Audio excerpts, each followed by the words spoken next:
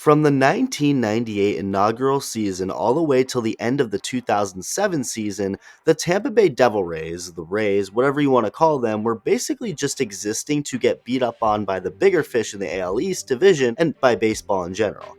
They were the bottom feeders. Nobody showed up to their games unless it were fans of the opposing team, and it was just an overall sad existence of a baseball team. In 2008, however, that all changed. That season, 2008, the Rays went on to win the division, finishing 2 games ahead of the defending champion Boston Red Sox and 8 games ahead of the New York Yankees. They were a really good team, going all the way to the World Series, losing to the Phillies in heartbreaking fashion, but it was still a memorable year for a team and organization that, little did we all know, would only continue that success all the way to this very day. The Tampa Bay Rays are one of the more fascinating organizations in sports, at least to me.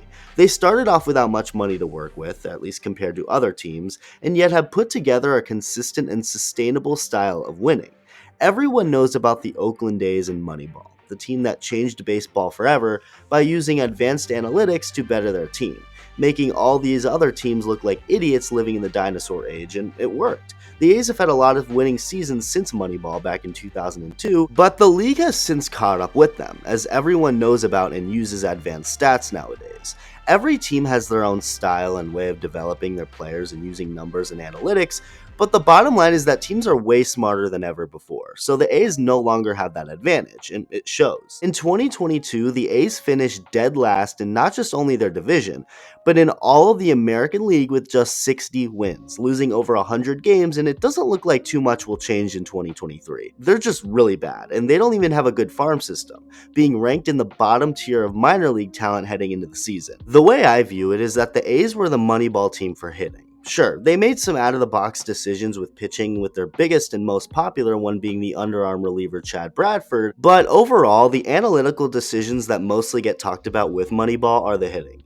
Plus, the A's had great pitching to begin with in 2002. So the Oakland A's are the Moneyball for hitting, and the Tampa Bay Rays are the Moneyball for pitching, and pretty much everything else. Really quick, but if you enjoy the content, become part of the 30% of viewers who are subscribed to the channel. Thank you. The Rays don't pay their players much. They don't have a big payroll full of highly paid superstars. That's not why they've become such a good and highly respected organization since 2008. It's because they have a system in place, one which of course works wonders. Let's start with how they view and handle the pitching. Over the years, the Rays have really emphasized throwing a changeup. They value that pitch a ton. Now, every pitcher is different, of course. You can't have one way of converting anybody into a good pitcher, as it's not necessarily a one-size-fits-all, but the Rays have proven that they can fix guys from other teams who may not have been that great and turn them into studs. They're very good at seeing what said pitcher can do to get outs, implement that into his game, and bam, they're good. And a lot of the advice given is more simple than you probably think. Yeah, a lot goes into a pitcher dominating on the mound, but sometimes all it takes is to be told, hey, your stuff is good, just throw it over the plate, which is exactly what was told to reliever Pete Fairbanks. Pete Fairbanks had 2 Tommy John surgeries on his right elbow and a 9.35 ERA in the big leagues when the Rays traded for him in July of 2019. After the trade went down, Rays pitching coach Kyle Snyder gave Fairbanks a call, telling him that they think he has really good stuff and that they think the Rays can use it in a way that's more beneficial to Fairbanks, going on to be told that his arm talent is elite and to throw the ball over the plate more. And, well, since then, Fairbanks has become one of the better relievers in all of baseball. He's had some injury issues over the last couple of years, but he's become a weapon out of that Rays bullpen when healthy. And that's just one of many. One of many players you can also make money from how well they do by signing up on Prediction Strike, which is a sports stock market, and use my promo code iTalk. If you use it and deposit $20 or more, you will get a free share, so go make some money off of what you know by investing in players who you believe will do well, like Pete Fairbanks maybe. Like I said before, the Rays don't have a one-size-fits-all philosophy. The one thing they do encourage all of their pitchers to do is throw strikes and get to a 2-strike count as quickly as possible. Beside that, their approach is more individually centered around each player and how their game is. They recognize what each pitcher does best, which they can typically recognize by seeing what each guy does most consistently, and revolve everything around that. This is something pitching coach Kyle Snyder has said in the past, quote, emphasizing strengths, letting these guys know how good they really are, why they're good, is always cooked into that. Just recognizing what makes them good. It seems simple, but that's the key, is getting through to them what that is. And hopefully when you deliver that message, there's some positive results that follow early and you gain some traction with it. It may be simple, but bullpen coach Stan Borowski said it really well, saying if you do one thing really well, you have a chance to be good. If you do two things really well, you have a chance to be great. Another thing the Rays do is find different looks and arm angles to mix together, as Borowski made a really good point that you can run out 7 guys in a row that throw 98, but if it's a very similar 98 with very similar movement characteristics, then it's only going to be effective for so long because it's like seeing the same guy. Yeah, you might have some pitchers that are kind of similar at times, but nobody is quite really the same. Again, you're getting different looks, pitches, and arm angles out of the bullpen and overall pitching staff. They just have figured out a really good way of seeing what pitchers' strengths are, whether they were drafted by the Rays or from another organization, and using those strengths to their advantage while tweaking some things here and there, and voila, you have the Rays pitching staff. There's no $300 million Garrett Cole or 3-time Cy Young Award winner and MVP Justin Verlander lying around. It's just a ton of guys who were never highly anticipated being noticed by the Rays, learning that they can be great if they do X, Y, and Z, and it works most of the time. Jeffrey Springs was a guy who had an ERA near 6.5 in 2019 with the Rangers, an ERA over 7 in 2020 with the Red Sox, getting designated for assignment.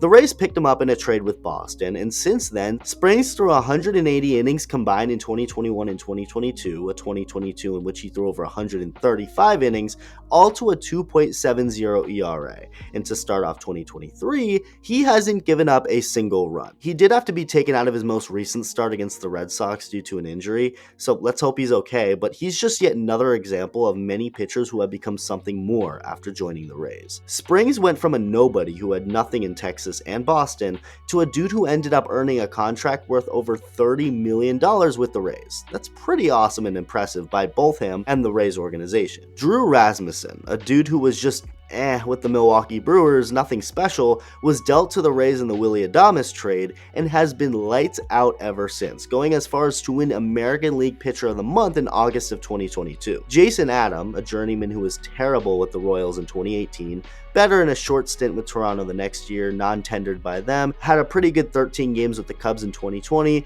was terrible in 2021 with the Cubs, and was back to square one becoming a free agent. That's when the Rays came calling, giving him a 1-year deal, and he'd go on to be the team's best reliever in 2022, pitching over 60 innings with an ERA around 1.5. I mean, you can just go on and on with this sort of stuff. It's incredible. So it's clear the Rays have really good pitching philosophies. They also have amazing scouting, developing, and front office people, as it's become a trend for them to fleece other teams for talent. Some of you may remember the Chris Archer trade the Rays did with the Pirates back in 2018 that made the Pirates look stupid, when the Rays dealt starting pitcher Chris Archer to a wannabe contending Pirates team for young starting pitcher Tyler Glasnow, young outfielder Austin Meadows, and their 2017 first-round pick Shane Baz. Archer went on to be one of the worst pitchers in baseball with the Pirates. I mean, it was ugly. Meanwhile, Tyler Glasnow has since become one of the best pitchers in baseball when healthy. When healthy though, keywords, that's been the biggest issue overall, but he is a force not to be reckoned with on the big league mound. Austin Meadows came in and contributed, becoming one of the team's best hitters, became an all-star in 2019, had a good 2021 season to help the Rays win 100 games, so did the Rays try and lock him up forever because he had a really good 2019 season and a solid 2021 season?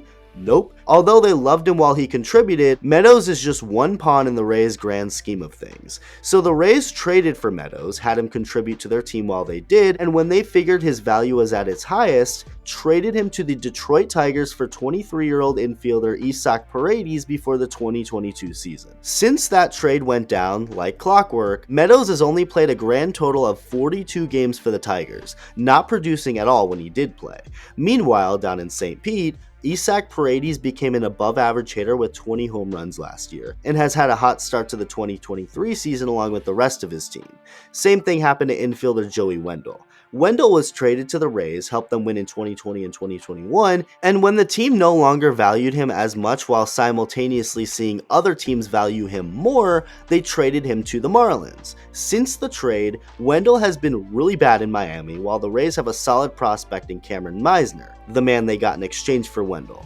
The Austin Meadows and Joey Wendell situations are perfect examples of how the Rays operate. They will draft, trade, or sign players, have them contribute to their team and help them win games, and when they feel their value is at its highest while not seeing them fit for their own roster anymore, they trade those players for younger and better talent. Rinse and repeat. The most important thing here for the Rays is that they have a set plan. A lot of organizations filter through different philosophies running the team, different ideas, and I do think it's important to have diversity of opinion at some points in certain situations, but what the Rays have is a system that is clearly superior to most, if not all, organizations in the sport. They know how to draft and develop pitchers, they know how to fix pitchers who are struggling from other organizations, they know how to find offensive talent and then flip that for younger talent when they no longer see a fit on the roster. They have an incredible coaching staff led by manager Kevin Cash, a smart front office, scouting department, they have it all. They may not pack the stands, they may not have loud fans, and they may not be represented that much throughout the country and throughout the world, but you have to tip your cap to this franchise building such a sustainable winner from the ground up. And oh yeah, while they have all this success, they still have a top tier farm system, which is why among the unfamiliar names who become something, you will find the Wander Francos of the world. Top prospects who come up with high expectations, and he has shown a lot of signs that he can be a superstar in this league. Now plug that into the rest of the talent. It's just ridiculous. The Marlins, a franchise that started 5 years before the Rays, have only made the postseason 2 times, or 3 if you want to include the shortened 2020 season.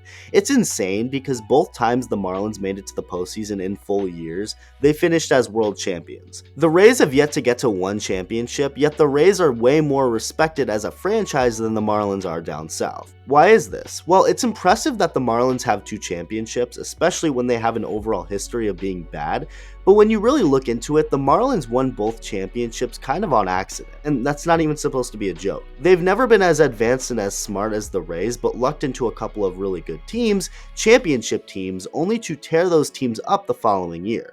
The Marlins, after winning their first championship in 1997, followed that up with 108 losses and last place finish in 1998, and they've yet to make the playoffs since their second championship in 2003 other than the shortened 2020 season when they snuck in with a 31-29 record. The Rays, on the other hand, they may not have a championship or 2 under their belt, but they most certainly have a plan to get a championship or 2 under their belt. Since 2008, their first postseason and World Series appearance, the Tampa Bay Rays have made the playoffs 8 times including 2020 and are perfect to start off 2023. And by perfect, I mean perfect with a capital every letter. They are at an undefeated 13-0 at the time of me making this video to kick off the season. Will they eventually lose some games? Of course, and who knows if they will be dominant all year long.